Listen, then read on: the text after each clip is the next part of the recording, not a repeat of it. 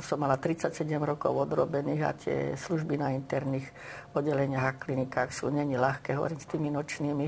A tak som si povedala, radšej budem mať malú penziu, ale budem jak šlachtic, chudobný, budem pánom svojho času. No ale do toho som, teda sa povedala, si opravím byt a dačo si napíšem, spracujem celú jednu kapitolu propedeutiky pre medicínu, lebo literatúru mám hromadu, ale až po oddychu. Pocestujem si trošku. No a potom prišli také požiadavky, že pomôž nám napísať projekt a tak sa to nabalovalo, jak snehová gula. Hej, k jednému projektu potom prišiel Dom nádeje, potom prišlo hospicové hnutie, potom prišla Slnečnica. Až tak, že človek teda pracoval prakticky tak, jak keby robil na polovičný alebo aj plný úväzok normálne v práci. Práve, že ráno som nemusela stať v pozore na 7, ale tam, kde prišlo, tam človek išiel. A vy, pani Rácová?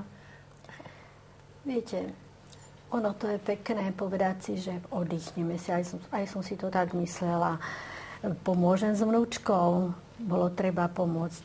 A potom aj si už poriadite, aj poličky dáte do poriadku, aj urobíte doma a začne vás to nenaplňať. Ostáva vám priestor, ktorý ste v minulosti, časový, ktorý ste dávali v rámci medicíny tým druhým a tak hľadáte, kde by ešte tie sily, ktoré vám ostali, ten čas bol zúročený a niečo užitočné sa ešte urobilo. A tak sme sa našli a robíme to, čo robíme v rámci svojich možností. Že vás táto práca a táto aktivity naplňajú a keď budete otvárať ten dom nádeje, tak aj taká slza radosti vypadne a budete mať pred sebou všetkých tých od 97. roku, tých pár rokov, ktoré ste tomuto projektu venovali a budete sa tešiť z každého úspechu, z každého človeka, ktorý bude v tom centre, v tom dome nádeje, naozaj prežívať tú nádej. Veľmi sa teším, že ste prišli k nám do relácie. Ešte povedzte, ako vy vnímate, ako ľudia trávia čas na dôchodku. Stretávate sa aj s pesimistami? My máme také šťastie, že s podobne založenými ľuďmi, alebo ako niektorí nám povedia, že bláznami sa stretáme. Takže keď máme takú celoslovenskú konferenciu a teraz tam každá konferencia povie, čo robí, tak není sme len my blázni. Je nás tu celá skupina povzbudzujúce, inšpirujúce. Takže my sa skôr stretávame s takouto skupinou dôchodcov.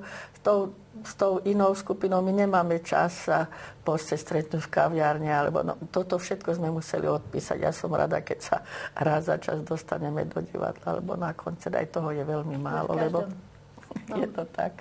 V každom prípade môžeme byť užitoční, pokiaľ chceme. Môžeme byť užitoční tým druhým, aj keď malými skutkami. To nemusia byť veľké veci. Keď sa teraz na nás pozerajú chorí, povedzme nevládni, ktorí naozaj nemôžu už fyzicky, povedzme, nejako prispieť, čo by ste im odkázali?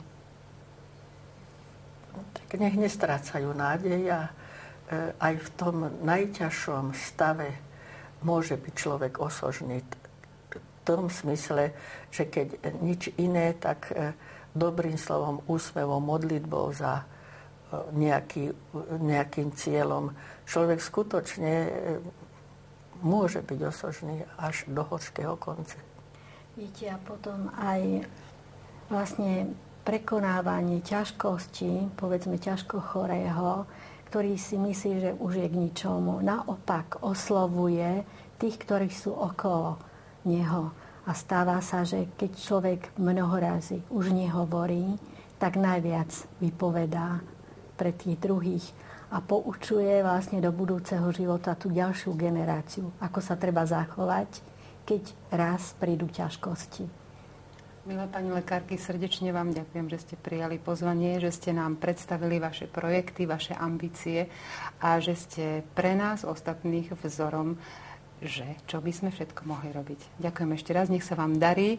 Budem rada, ak budem môcť navštíviť vaše centrum, keď ho budete mať otvorené a možno, že potom urobíme tiež nejakú takú reportáž, aby sme našim divákom mohli sprostredkovať, ako sa vám to podarilo. Ďakujem ešte raz, nech sa vám darí, všetkých pozdravujeme a vás, milí priatelia, pozývame na sledovanie aj na ďalší týždeň, ktorý bude z Banskej Bystrice. Pekný večer ešte. Dovidenia. Aj my ďakujeme za pozvanie. Ďakujeme a budeme sa tešiť, keby to bolo čím skôr. Aj my. Aby ste prišli zo snímať otvorenie. Ďakujeme pekne. Dovidenia. Dovidenia.